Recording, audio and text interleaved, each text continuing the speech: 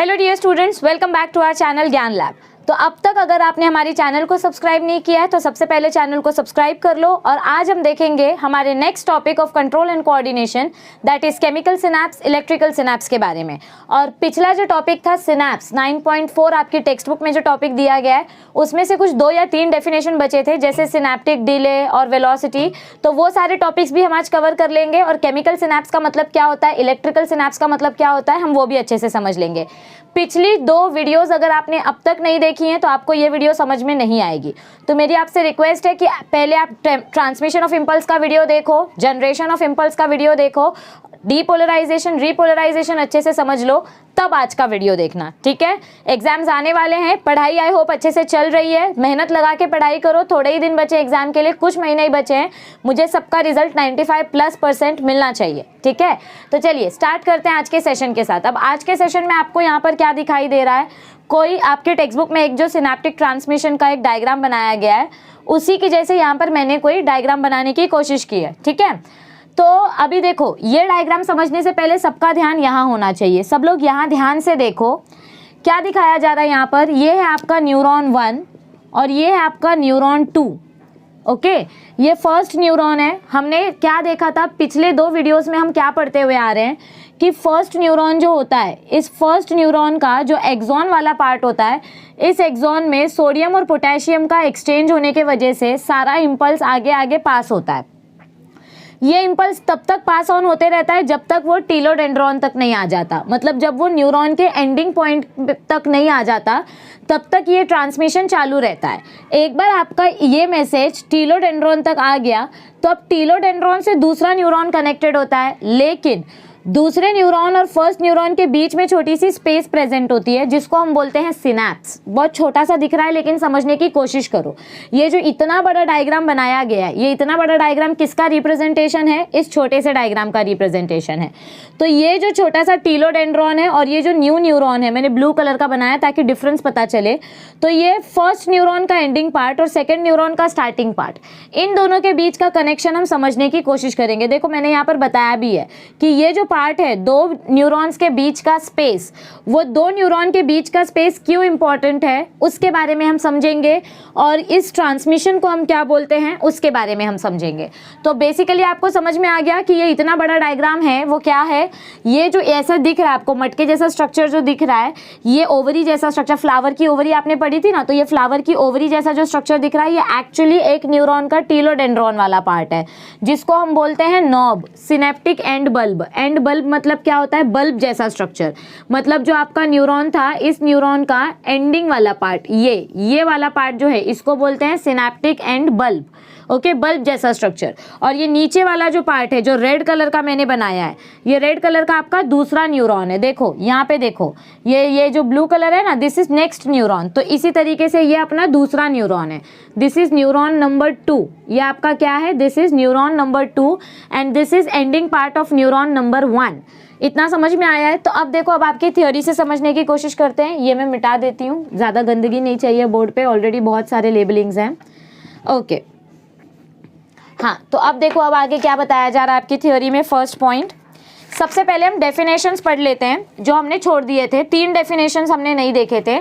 पहला था synaptic delay. तो देखो सिनैप्टिक डिले में क्या बताया जा रहा है, the impulse requires about 0.3 to 0.5 milliseconds to cross a synapse. जो भी इम्पल्स आपके फर्स्ट न्यूरॉन से आ रहा है उस इम्पल्स को, देखो नर्व इम्पल्स, ये फर्स्ट न्यूरॉन से आ रहा है, ये नर्व इम्पल्स। तो इस इम्पल्स को एक न्यूरॉन से दूसरे न्यूरॉन में एंटर करने के लिए जितना टाइम चाहिए, ये जो बीच का पार्ट है ना जिसको हम बोलते हैं सिनैप्टिक क्लेफ्ट, 2 न्यूरॉन्स के बीच का जो पार्ट रहता है, जो जंक्शन रहता है, जो गैप रहता है, उसको बोलते हैं सिनैप्टिक क्लेफ्ट। तो एक न्यूरॉन से इम्पल्स पास होने के लिए दूसरे न्यूरॉन तक जाने के लिए कितना टाइम लगता है, देखो थ्योरी में कितना बताया है, 0.3 to 0.5 milliseconds, okay. The time is required for release of neurotransmitter from the axon terminal and excitation in the dendron of the next neuron। तो क्या बोला गया है हमको इधर पे कि ये जो 0.3 सिनैप्टिक क्लेफ्ट में जो न्यूरोट्रांसमीटर ब्रिज बन रहा है, उस न्यूरोट्रांसमीटर ब्रिज को कितना टाइम लगता है बनने के लिए, 0.3 to 0.5 मिलीसेकेंड्स। मिलीसेकेंड्स मतलब सेकेंड्स का भी और डिवाइडेड पार्ट। तो वो इतना टाइम भी क्यों लग रहा है, इतना टाइम क्यों लग रहा है, क्योंकि ये न्यूरोट्रांसमीटर्स रिलीज हो रहे हैं। देखो न्यूरोट्रांसमीटर मॉलिक्यूल मतलब क्या होते हैं, हार्मोन्स या केमिकल मॉलिक्यूल्स। न्यूरोट्रांसमीटर मतलब क्या होते हैं, कुछ स्पेसिफिक केमिकल मॉलिक्यूल्स। ये केमिकल मॉलिक्यूल्स क्यों इंपॉर्टेंट है, एक एक करके मैं आपको सब बताऊंगी। तो हमने सिनेप्टिक डीले में क्या देखा कि जब आपका कोई भी न्यूरॉन, एक न्यूरॉन मैसेज कैरी कर रहा है, इंपल्स कैरी कर रहा है, तो इस मैसेज को फर्स्ट न्यूरॉन से सेकंड न्यूरॉन तक पहुंचाने के लिए 0.3 से लेकर 0.5 सेकंड्स मिली सेकंड्स का टाइम लगता है। और ये मिली सेकंड्स का टाइम एक्चुअली क्यों लग रहा है, क्योंकि न्यूरोट्रांसमीटर प्रोड्यूस हो रहा है। इतने टाइम में न्यूरोट्रांसमीटर्स बन के रिलीज हो जाते हैं और नेक्स्ट न्यूरॉन में एंटर कर जाते हैं। क्योंकि देखो ये जो आपके चार्जेस हैं, पॉजिटिव आयंस और नेगेटिव आयंस, उनको जाने के लिए चैनल्स की जरूरत पड़ती है। हमने पढ़ा था ना लास्ट सेशन में कि सोडियम आयन के लिए सोडियम चैनल होता है, पोटेशियम आयन के लिए पोटेशियम चैनल होता है, क्लोराइड चैनल होते हैं, कैल्शियम चैनल्स होते हैं। ऐसे हर एक आयन के लिए एक स्पेसिफिक चैनल होता है, ठीक है, जहां से वो आयन आ जा सकता है। क्योंकि प्लाज्मा मेम्ब्रेन सिलेक्टिवली परमिएबल होती है, वो कुछ भी अंदर आने नहीं देती है, कुछ भी बाहर नहीं जाने देती है। एक्सॉन की जो प्लाज्मा मेम्ब्रेन होती है वो सिलेक्टिवली परमिएबल होती है। तो यहाँ पर हमको क्या बताया जा रहा है कि आपका जो नर्व इम्पल्स एक न्यूरॉन से आ रहा है वो हमारे न्यूरॉन के एक्सॉन तक जाएगा, एक्सॉन टर्मिनल तक आ जाएगा। एक्सॉन टर्मिनल मतलब ये देखो, ये एक्सॉन है और एक्सॉन का एंडिंग पॉइंट, टर्मिनल मतलब एक्सॉन का एंडिंग पॉइंट। तो जो इम्पल्स पूरे एक्सॉन से ट्रैवल करके आया वो अब एक्सॉन के टर्मिनल पॉइंट पे आ गया। अब इस टर्मिनल पॉइंट से वो नेक्स्ट न्यूरॉन में एंटर करने वाला है। तो एक न्यूरॉन से दूसरे न्यूरॉन में एंटर करने के लिए कितना टाइम लगता है, 0.3 to 0.5 मिली सेकेंड्स। और ये एक्चुअली 0.3 to 0.5 मिली सेकेंड्स में क्या एक्टिविटी होती है, न्यूरोट्रांसमीटर्स रिलीज होते हैं। न्यूरोट्रांसमीटर यानी कि केमिकल मॉलिक्यूल्स जो हमारे आयंस को चैनल के थ्रू पास होने में मदद करेंगे। देखो ये जो केमिकल मॉलिक्यूल है ये एक्चुअली क्या करते हैं, ये चैनल ओपन करने का काम करते हैं। जैसे ताला खोलने के लिए चाबी चाहिए, वैसे चैनल्स ओपन करने के लिए हमको आयंस की ज़रूरत पड़ती है। और वो आयंस कब बनते हैं, जब ये इम्पल्स आपके एंडिंग तक पहुंच जाता है और बाहर से कैल्शियम आयन अंदर आता है। चलो देखते हैं, थ्योरी देखते हैं तो आपको ये भी समझ में आएगा। तो सिनेप्टिक डीले का मतलब समझ में आया, डीले मतलब कितना टाइम लगता है, फटाक से मैसेज पास नहीं होता है। केमिकल सिनेप्स की अगर हम बात करें तो आपको एक न्यूरॉन से दूसरे न्यूरॉन में मैसेज भेजने के लिए 0.3 to 0.5 मिली सेकेंड्स का टाइम लग रहा है। इलेक्ट्रिकल सिनेप्स में ये गैप होता ही नहीं है, गैप नहीं होगा तो न्यूरोट्रांसमीटर रिलीज नहीं होंगे। देखो इलेक्ट्रिकल सिनेप्स में क्या होता है, ऐसे दो न्यूरॉन्स रहते हैं, मतलब इलेक्ट्रिकल सिनेप्स का इधर पे मैं बता रही हूँ, ये एक न्यूरॉन और ये दूसरा न्यूरॉन। इन दोनों न्यूरॉन के बीच में गैप है ही नहीं, सिर्फ अप्रॉक्सीमेटली 3.8 नैनोमीटर्स का गैप है, मतलब ना के बराबर गैप है। तो ये एक न्यूरॉन और दूसरे न्यूरॉन के बीच में जो मैसेज पास होगा वो फटाक से पास हो जाएगा, कोई केमिकल रिलीज होने का चांस ही नहीं उठता है। ये जो न्यूरोट्रांसमीटर्स बन रहे हैं, ये गोल गोल गोल गोल, ये न्यूरोट्रांसमीटर्स बनेंगे ही नहीं। इनका चैनल जो होता है वो चैनल एकदम सटा हुआ होता है, एकदम चिपका हुआ होता है, तो फटाक से इनका मैसेज पास हो जाता है। इलेक्ट्रिकल सिनेप्स में क्विक ट्रांसमिशन होता है क्योंकि उनके बीच का गैप कम होता है। समझ में आ रही है बात, मतलब समझो अगर तुमको जंप करने के लिए बोला गया है, अभी तुम यहाँ पर खड़े हो और समझो तुम यहाँ पर खड़े हो, यहाँ पर बीच में खाई है और तुमको जंप करके इस साइड जाना है, तो जितना ज़्यादा बड़ा गैप रहेगा उतना ज़्यादा टाइम लगेगा, जितना छोटा गैप रहेगा उतनी इजीली तुम पहुंच सकते हो वहाँ पे। तो ऐसे ही बताया गया है कि एक न्यूरॉन और दूसरे न्यूरॉन के बीच में अगर गैप ज़्यादा प्रेजेंट है तो टाइम लगता है मैसेज पास करने, और अगर एक न्यूरॉन और दूसरे न्यूरॉन के बीच में गैप कम प्रेजेंट है तो मैसेज क्विकली पास हो जाता है। और ये मैसेज क्विकली पास कब होता है, इलेक्ट्रिकल सिनेप्स के टाइम पे। इलेक्ट्रिकल सिनेप्स कहाँ पर होता है बॉडी में, कौन से न्यूरॉन्स में होता है। देखो ह्यूमंस की अगर हम बात करें तो ह्यूमंस में इलेक्ट्रिकल सिनेप्स भी होता है, केमिकल सिनेप्स भी होता है। हमारी बॉडी में इलेक्ट्रिकल सिनेप्स कहाँ होता है, जहाँ पर फास्ट एक्शन लेना है। फास्ट एक्शन लेना है मतलब रिफ्लेक्स एक्शन लेना है, यानी कि समझो आपके ऊपर पंखा गिरने वाला है तो आप तुरंत हट जाते हो, सोचते नहीं बैठते हो ना कि पंखा गिर जाएगा फिर क्या होगा, ऐसे हम सोचते नहीं है। तो जो एक्शन हमको क्विक लेना होता है, एकदम तुरंत, एकदम पलक झपकने से भी कम टाइम पे जो एक्शन लेने होते हैं, उस टाइम पे इलेक्ट्रिकल सिनेप्स पास होता है। मतलब उस टाइम पे आपके न्यूरॉन्स में इलेक्ट्रिकल सिनेप्स का काम होता है, ओके। और जहाँ पर आपको सोच समझ के एक्शन लेना होता है उस टाइम पे आपकी बॉडी में केमिकल सिनेप्स होता है। और ये सब डिसाइडेड रहता है, ये सब पहले से डिसाइडेड रहता है कि कौन से नर्वस सिस्टम में कौन सा सिनेप्स होगा। आपका जो स्पाइनल कॉर्ड है, सेंट्रल नर्वस सिस्टम का जो स्पाइनल कॉर्ड है, उसमें यूजुअली सिनेप्टिक डिसीजन लिया जाता है, सॉरी सिनेप्टिक नहीं, इलेक्ट्रिकल डिसीजन लिया जाता है, मतलब क्विक मैसेज ट्रांसमिट होता है। जैसे समझो मैं आपको बॉटल फेंक के मार रही हूँ तो आप तुरंत डाइव कर लोगे, तो इसका मतलब आपके स्पाइनल कॉर्ड ने वो एक्शन लिया, क्योंकि स्पाइनल कॉर्ड के न्यूरॉन्स के बीच में गैप कम होता है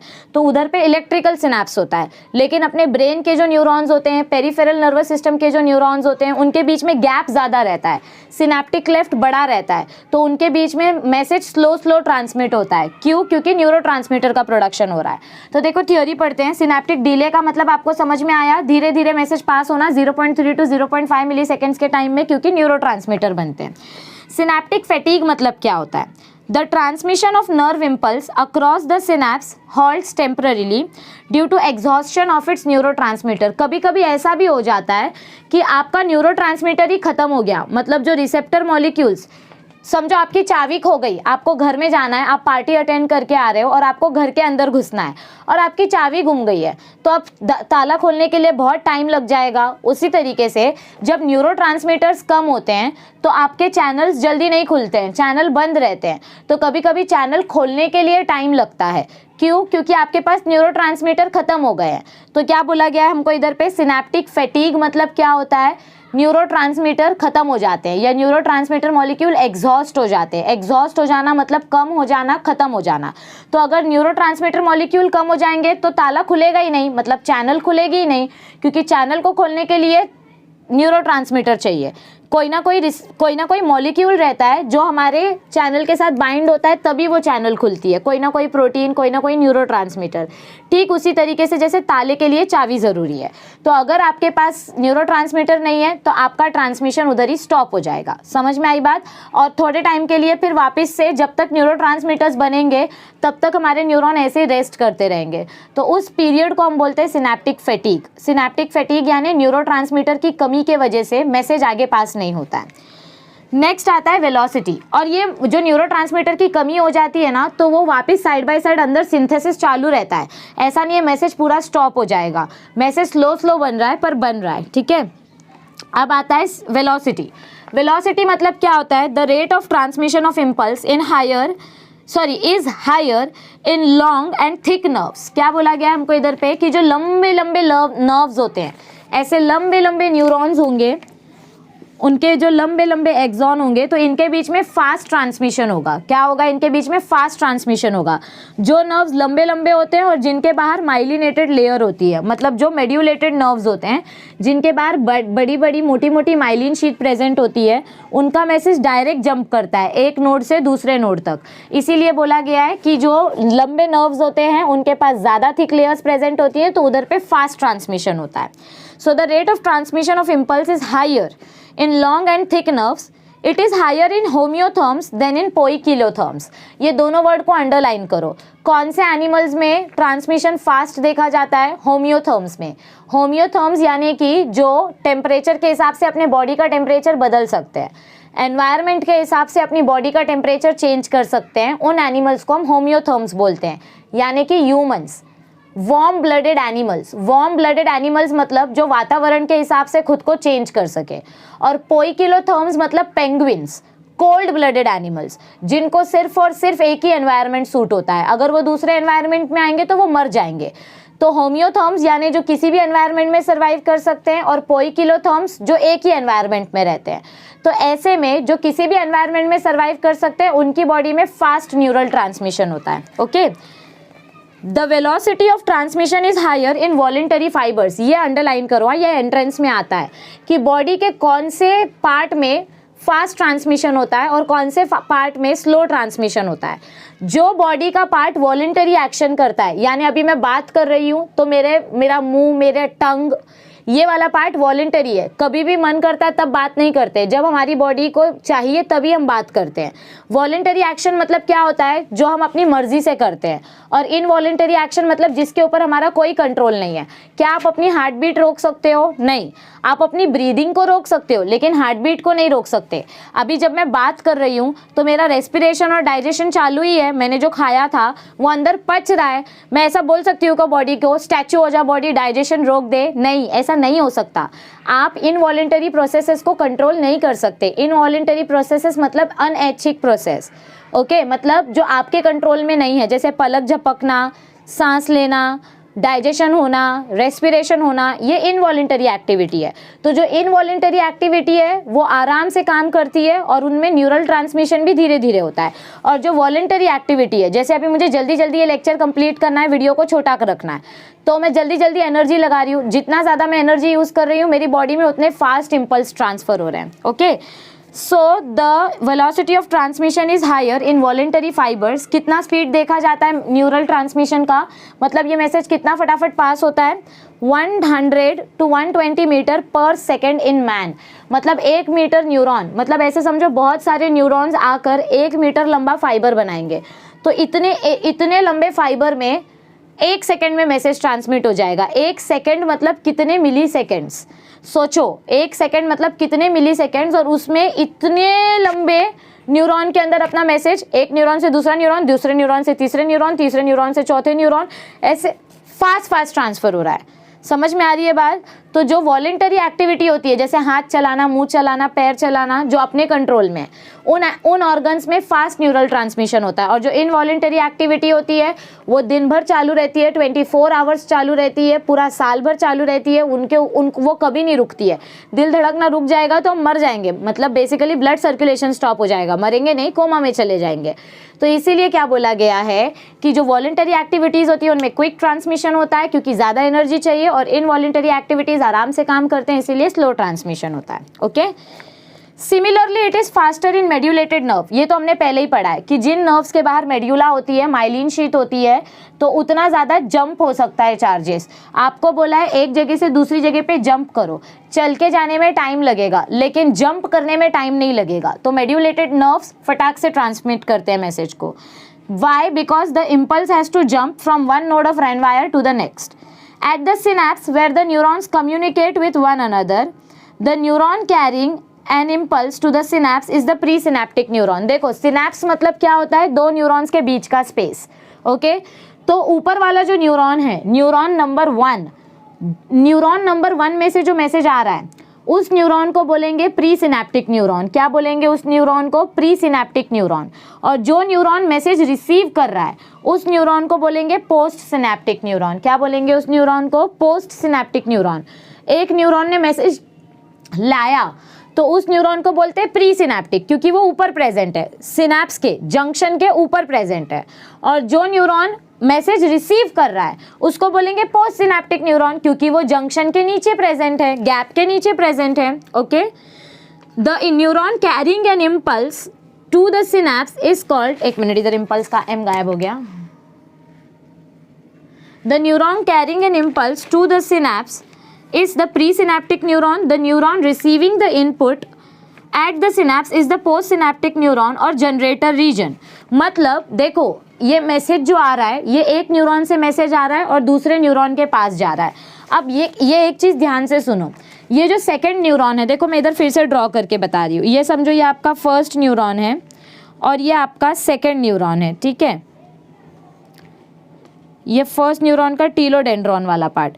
तो अब ये मैसेज इस न्यूरॉन के पास जा रहा है, लेकिन ज़रूरी नहीं है कि ये न्यूरॉन कहाँ पर प्रेजेंट है। ये नर्व फाइबर का पार्ट हो सकता है, या तो ऐसा हो सकता है कि ये किसी मसल के अंदर प्रेजेंट है। मतलब यहाँ पे ये न्यूरॉन ब्लड में से आ रहे हैं, अपने आर्टरीज में से आ रहे हैं, और ये कहाँ घुस रहे हैं? आप किसी मसल के अंदर घुस रहे हैं। मतलब मसल में भी न्यूरॉन्स प्रेजेंट है, तभी तो मसल को मैसेज मिलता है और वो एक्ट करता है। तो ये जो न्यूरॉन है आपका, जो नेक्स्ट न्यूरॉन होता है, वो नेक्स्ट न्यूरॉन कहीं भी प्रेजेंट हो सकता है। वो किसी मसल में प्रेजेंट हो सकता है, किसी ग्लैंड में प्रेजेंट हो सकता है, ब्लड में प्रेजेंट हो सकता है, कहीं पर भी प्रेजेंट हो सकता है। तो बेसिकली इतना याद रखो कि पूरी बॉडी में न्यूरॉन फैले हुए हैं, सर के हेड से लेकर पैर के टेल तक, टो तक, बॉडी के एक एक कण कण में न्यूरॉन स्प्रेड हैं। तो एक न्यूरॉन से दूसरे न्यूरॉन में मैसेज जाता है, okay, with the help of synapse. अगर केमिकल सिनेप्स है तो, और इलेक्ट्रिकल सिनेप्स में गैप नहीं होता है, ओके। तो एक न्यूरॉन से दूसरे न्यूरॉन में मैसेज जा रहा है। अब डिसाइड ये करना है कि दूसरा न्यूरॉन कहाँ पर प्रेजेंट है। समझो मेरे ब्लड में शुगर ज़्यादा हो गया है, ब्लड में क्या हो गया है? शुगर ज़्यादा हो गया है। मैं इधर लिख के बताती हूँ तो आपको ज़्यादा अच्छा पिक्चराइजेशन होगा। हाँ, सी, समझो मेरे ब्लड में शुगर का वॉल्यूम बहुत ज़्यादा हो गया है, ओके। अब मुझे इंसुलिन रिलीज़ करना है, मेरे पैनक्रियास को क्या रिलीज़ करना है? इंसुलिन रिलीज़ करना है, क्योंकि इंसुलिन क्या करता है? इंसुलिन हमारे शुगर को डाइजेस्ट कर देता है, शुगर को क्या कर देता है, ब्रेक कर देता है, डाइजेस्ट कर देता है, तो जिसके वजह से ब्लड शुगर लेवल कंट्रोल हो जाता है। तो पैनक्रियाज तक मैसेज कैसे पहुंचेगा? ब्लड में शुगर ज़्यादा हुआ तो ब्लड के अंदर जो न्यूरॉन्स प्रेजेंट हैं, ब्लड के अंदर जो न्यूरॉन्स प्रेजेंट है उनको मैसेज मिल जाता है कि ब्लड में शुगर ज़्यादा हो गया है। तो ये न्यूरॉन पैनक्रियाज के न्यूरॉन को मैसेज देते हैं कि मतलब यहाँ पर ये इलेक्ट्रोलाइट ज़्यादा हो गया है, शुगर में जो इलेक्ट्रॉन प्रेजेंट होंगे उससे आपके पैनक्रियाज तक मैसेज पहुँचेगा। और पैनक्रियाज में जो न्यूरॉन्स प्रेजेंट हैं, पैनक्रियाज में जो न्यूरॉन्स प्रेजेंट हैं वो न्यूरॉन्स क्या करेंगे, पैनक्रियाज को एक्टिवेट करेंगे और पैनक्रियाज इंसुलिन बनाना स्टार्ट कर देगा और ये इंसुलिन जाके शुगर को डाइजेस्ट करेंगे। तो न्यूरॉन्स कहीं पर भी प्रेजेंट हो सकते हैं, लेकिन उस न्यूरॉन को मैसेज दूसरे न्यूरॉन से ही मिलता है। तो एक न्यूरॉन का मैसेज दूसरे न्यूरॉन के पास ट्रांसफर होता है with help of chemical synapse or electrical synapse. Okay, a synaptic cleft or a small intercellular space lies in between two cells having a width of about 20 to 30 nanometers between them. तो ये देखो chemical synapse की बात की जा रही है, दो न्यूरॉन्स के बीच में कितना स्पेस बताया गया है। ये जो सिनेप्टिक क्लेफ्ट यहाँ पर लिखा है ना, ये मिटा देती हूँ मैं। सिनेप्टिक क्लेफ्ट का मतलब क्या बताया गया इधर पे हमको, 1 मिनट। सिनेप्टिक क्लेफ्ट यानी दो न्यूरॉन्स के बीच का स्पेस। थोड़े टाइम के लिए ये सब भूल जाओ, ये एक न्यूरॉन है और ये दूसरा न्यूरॉन है, तो दोनों के बीच की जो खाली जगह है उसको बोलते हैं सिनेप्टिक क्लेफ्ट। केमिकल सिनेप्स में दोनों न्यूरॉन्स के बीच में कितना डिस्टेंस होता है, 30 to 50 नैनोमीटर्स। केमिकल सिनेप्स में कितना डिस्टेंस होता है, 30 to 50 नैनोमीटर्स। ठीक है। So, a synaptic cleft or a small intercellular space lies in between two cells having a width of about 20 to 30 nanometers between them. The process by which the impulse from the presynaptic neuron is conducted to postsynaptic neuron or cell is called synaptic transmission. क्या बोला गया है हमको इधर पे, जब आपका pre synaptic neuron का मैसेज, ये देखो नर्व इम्पल्स, जब आपका प्री सिनेप्टिक न्यूरॉन का मैसेज पोस्ट सिनेप्टिक न्यूरॉन तक पहुंचेगा, मतलब एक न्यूरॉन से मैसेज एक न्यूरॉन से दूसरे न्यूरॉन तक जब पहुंचेगा तो इस प्रोसेस को हम बोलते हैं सिनेप्टिक ट्रांसमिशन। इस प्रोसेस को हम क्या बोलते हैं, सिनेप्टिक ट्रांसमिशन। यानी सिनेप्स की मदद से, बीच की गैप की मदद से आपका मैसेज ट्रांसफर हुआ है from one neuron to other neuron. Okay, आगे देखो क्या बताया गया है, it is a one way process carried out by neuro transmission. तो ऐसे प्रोसेस को हम बोलते हैं न्यूरो ट्रांसमिशन, जहाँ पर जो इम्पल्स है वो न्यूरॉन्स की मदद से हो रहा है। This is first neuron, this is second neuron, और दोनों के बीच में जो सिनेप्स प्रेजेंट था, इस सिनेप्स के वजह से आपका मैसेज एक न्यूरॉन से दूसरे न्यूरॉन तक पहुंचा। इतना पार्ट समझ में आया है पक्का? अच्छे से 2 बार देखो इतने पार्ट को तो पक्का समझ जाएगा। आगे बढ़ते हैं। ऑल राइट, तो आई होप आपको ये जो 3 डेफिनेशन हमने देखे उसमें अच्छे से सारा पॉइंट क्लियर हो गया होगा और थोड़ा बहुत आपको बेसिक आइडिया भी मिल गया होगा कि ये केमिकल सिनेप्स कैसे काम करता है, न्यूरो ट्रांसमिशन कैसे होता है। इस वीडियो को थोड़ा छोटा रखना है क्योंकि अब नेक्स्ट वीडियो में मैं आपको इलेक्ट्रिकल सिनेप्स और केमिकल सिनेप्स एक साथ बता दूंगी। दोनों वीडियो एक साथ बनाऊंगी तो 1 घंटे का वीडियो बन जाएगा। इतना लंबा वीडियो आपको देखने का भी मन नहीं करेगा और मुझे एडिटिंग करने में भी बहुत ज़्यादा बोर होगा, तो इसीलिए इस वीडियो को छोटा रखते हैं। नेक्स्ट वीडियो में हम देखेंगे कि इलेक्ट्रिकल सिनेप्स क्या होता है और केमिकल सिनेप्स क्या होता है। वीडियो अच्छी लगी है तो लाइक कर दो, सब्सक्राइब नहीं किया है तो सब्सक्राइब कर लो और पढ़ते रहो। Thank you, see you soon.